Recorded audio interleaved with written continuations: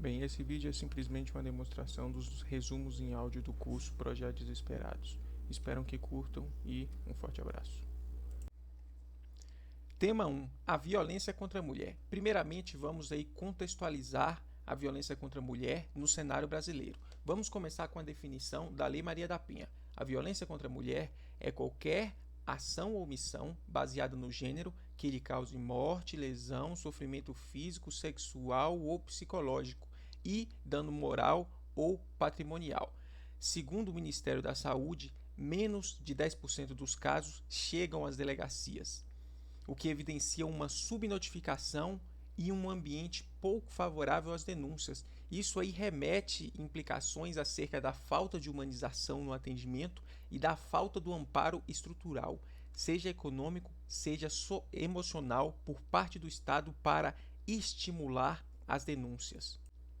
Outro dado bastante interessante é o que é trazido pelo Fórum da Segurança Pública, que diz que em cerca de 75% dos casos nota-se algum tipo de vínculo entre o agressor e a vítima, e isso aí dificulta a reação da vítima e contribui para a própria subnotificação aí que a gente mencionou com o dado do Ministério da Saúde.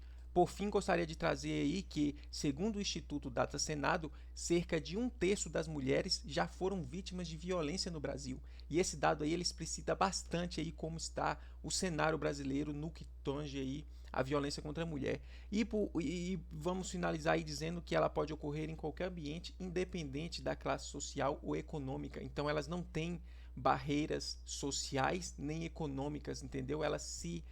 Elas transcendem todos os viés da sociedade. Agora vamos falar um pouco sobre as medidas protetivas que já existem quando se trata aí de violência contra a mulher.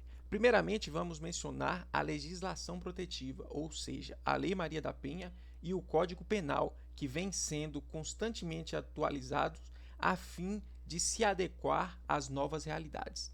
Gostaria de mencionar aí algumas medidas protetivas da legislação da Lei Maria da Penha: a suspensão da posse ou restrição do porte de armas, afastamento do lar ou do local de convivência, proibição de aproximação, restrição ou suspensão de visitas aos filhos, pensão provisória de alimentos, entre outras. Então, essas são algumas das medidas protetivas, são aplicadas aí contra o agressor.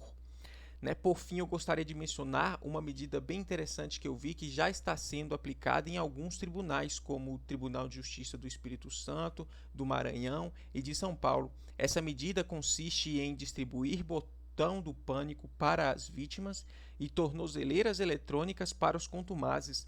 E ela é bem interessante porque ela tem o condão de impedir que a violência doméstica se converta, se transforme em feminicídio, porque justamente o cara agrediu uma vez, agrediu duas, poxa, ele já está indo ali no caminho de aumentar a violência e possivelmente chegar a um feminicídio. Então, com esse botão do pânico e com a tornozeleira, você consegue fazer um monitoramento constante e impedir aí esse agravamento.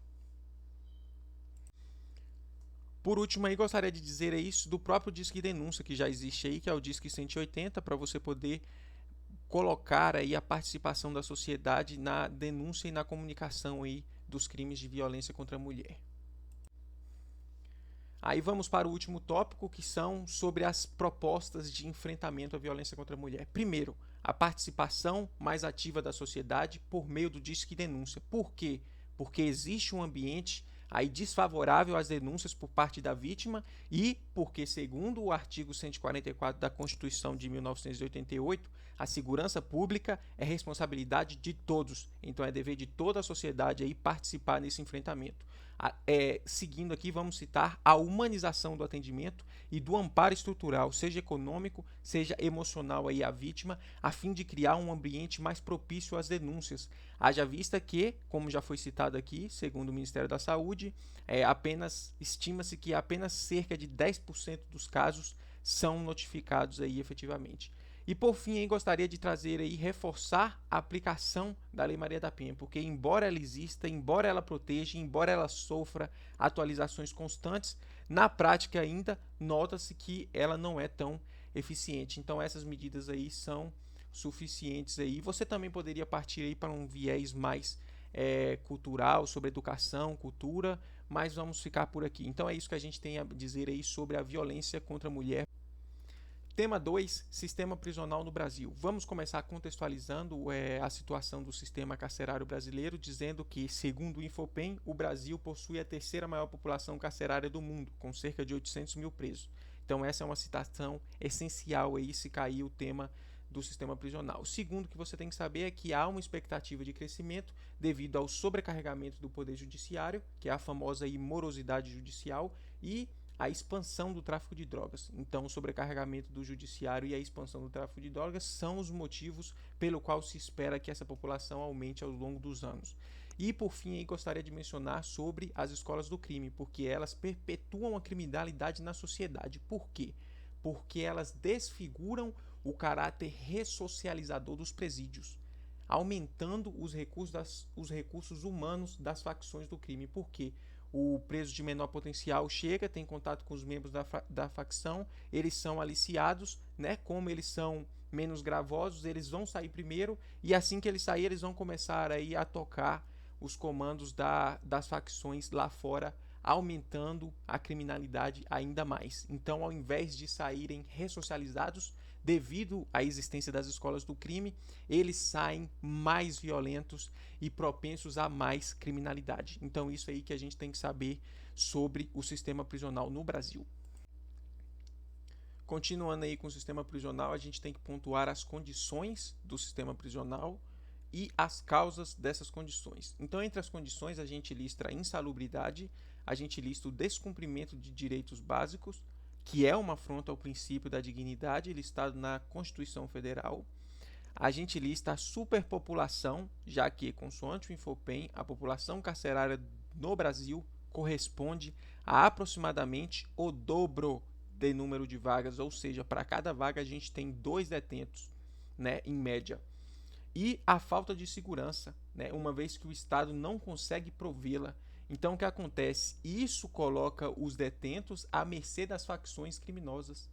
Então, a falta de segurança coloca os criminosos aí, sobretudo os menos gravosos, à mercê das facções e contribuem aí com a problemática das escolas do crime no presídio. Como causas, vamos mencionar aí a lei de drogas, que tem discussões acerca da subjetividade da diferenciação entre usuário e traficante, e para ratificar o fato de a lei de drogas implicar o encarceramento exagerado, a gente menciona o dado do portal G1, que diz que um terço dos presos respondem por tráfico de drogas, e traz outro dado também do próprio portal G1, que os presos por droga aumentaram cerca de 500% após a lei de drogas. Então isso aí coloca a lei de drogas no cerne aí da problemática da superlotação dos presídios. Além disso, vamos mencionar aí também como causa das condições a própria morosidade judicial, visto que, conforme o Infopem, cerca de 40% dos detentos são provisórios. E vamos mencionar também a ineficiência da ressocialização dos presídios, ou seja, a ressocialização, que é o objetivo principal dos presídios no Brasil, é ineficiente, dado que, conforme o Conselho Nacional de Justiça, o CNJ, cerca de 1/4 dos presos são reincidentes. Então você tem 30% dos presos aí por base, né? Um terço é 33,3% dos detentos, eles respondem ao tráfico de drogas. E aí você pega aí mais 40% dos detentos e coloca eles aí como reincidentes. Então, nota-se aí que esses dois motivos aí já engloba uma grande parcela da população aí e uma grande parte da culpa, né, das condições carcerárias estarem do jeito que estão. E aí, por último, discutindo o tópico 3, a gente tem que propor medidas para enfrentar, né, essa problemática aí do sistema prisional. O primeiro que eu gosto de citar é sempre uma abordagem mais humana, uma abordagem mais em prol de políticas públicas, uma abordagem menos repressiva. Então vamos dizer aí que o Ministério da Educação e Cultura deve elaborar projetos específicos com foco nas áreas marginalizadas, bem como ela deve atuar aí como um braço de ligação entre os jovens dessa região e o mercado de trabalho, com o intuito de evitar que eles cedam à criminalidade, dado que, segundo o Infopem, o perfil dos detentos é formado por sujeitos pretos ou pardos, que é os famosos da classe negra, né? Habitantes de periferia, de baixa escolaridade e na faixa dos 18 aos 30 anos. Então, dada essa informação, né, que é divulgada pelo Infopem, devido aí essa informação em relação ao perfil dos detentos, é que se espera do Estado políticas sociais com foco na educação e que essa educação esteja linkada ao mercado de trabalho. Então, o que a gente propõe seria projetos de educação profissionalizante para suprir as demandas da região, né, linkadas aí com o mercado de trabalho, a fim de retirar esses jovens que estão mais propensos à criminalidade e inseri-los no mercado de trabalho. Aí eu quero mencionar uma citação que eu acho importante aqui, segundo o título 8º da Constituição, a ordem social é pautada no trabalho. Não é segundo o título 8º, é segundo o artigo 190 e alguma coisa, se eu não me engano. Aí coloca assim, segundo a Constituição, a ordem social é pautada no trabalho, certo?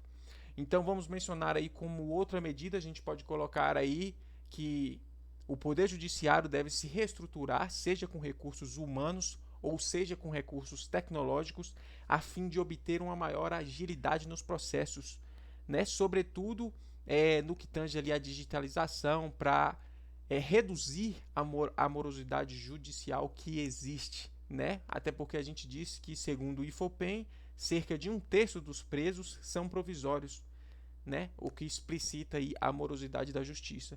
Por fim, aí a gente poderia também citar aí o Poder Legislativo, que deve revisar a lei de drogas a fim de reduzir a sua subjetividade e dar uma taxatividade maior para diferenciar o traficante do usuário e acabar com uma das maiores problemáticas aí da superlotação dos presídios. Então, isso aí é o que a gente tem para dizer aí sobre a lei de drogas. Posso dizer aqui também que os departamentos penitenciários devem trabalhar em prol de reduzir a atuação das facções no presídio, evitar aí a formação das escolas do crime, o que vai reduzir a criminalidade a longo prazo também. Então é isso aí que a gente tem a dizer sobre o sistema prisional. Tema 3, Polícia Judiciária e a Democracia.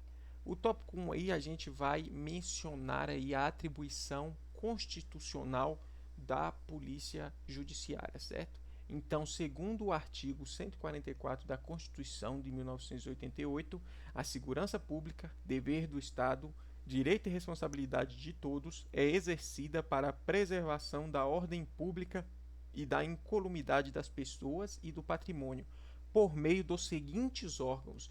E aí vem com um rolzão de todos os órgãos que compõem a segurança. Para nós, a Polícia Judiciária, convém destacar a Polícia Federal e as polícias civis.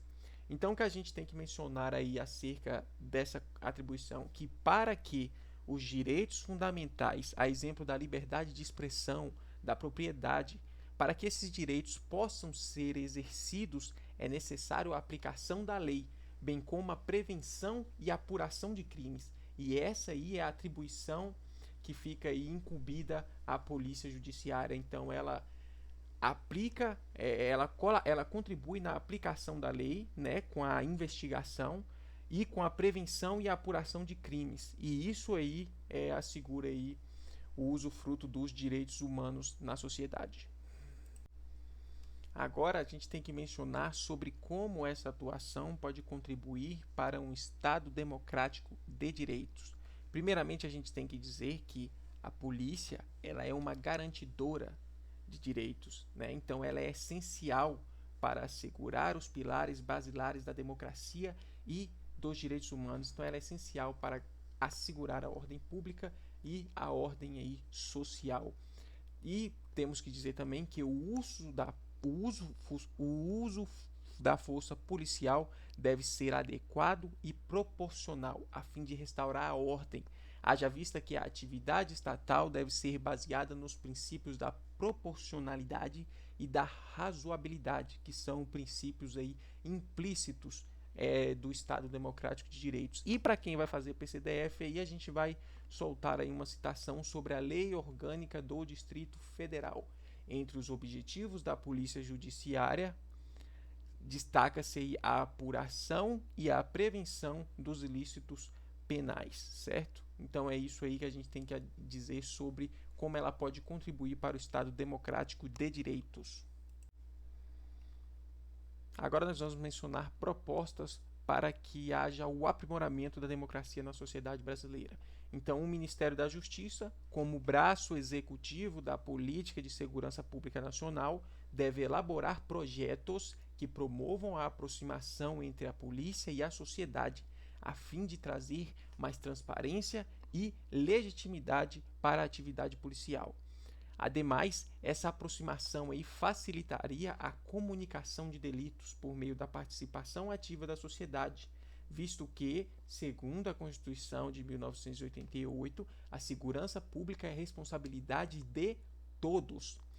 Continuando aí, vamos dizer que as academias de polícias devem trabalhar a humanização dos processos de formação dos policiais, dado o caráter de mantenedora da democracia desses órgãos, com o intuito não só de desfigurar a imagem de braço armado e repressor do Estado, mas também de fixar uma imagem de prestador de serviços aliados à população e pautados nos direitos humanos.